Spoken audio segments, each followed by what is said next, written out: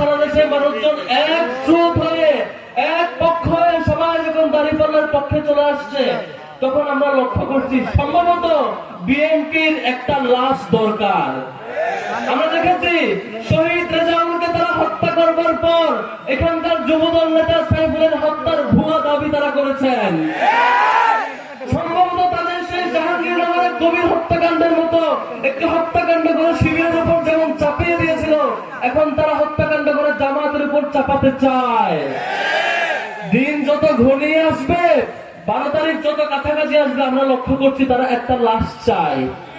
সম্মানিত বন্ধুগণ, আপনারা দেখেছেন কিশোরগঞ্জে জমি সংক্রান্ত বিরোধ, ভাই ভাই দ্বন্দ্ব, একজন মারা গেছেন।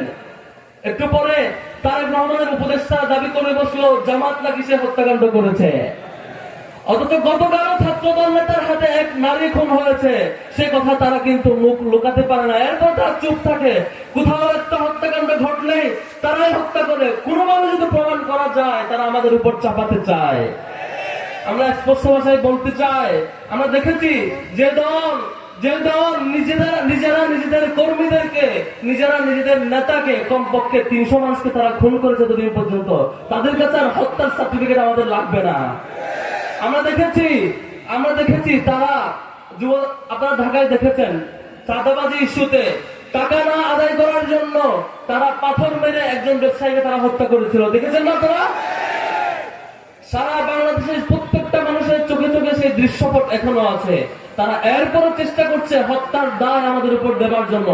আমরা গত কয়েকদিন ধরে লক্ষ্য করছি তারা প্রমাণ করার চেষ্টা করছে নারীরা নাকি আমাদেরকে ভোট দেবে না, নারীরা নাকি আমাদের পক্ষে নাই। ডাকসুতে তারা এটা বারবার বলার চেষ্টা করেছিল নারীরা নাকি শিবিরের পক্ষে নাই, কিন্তু আমরা দেখেছি আমরা সবচাইতে বেশি ভোট পেয়েছি নারীদের।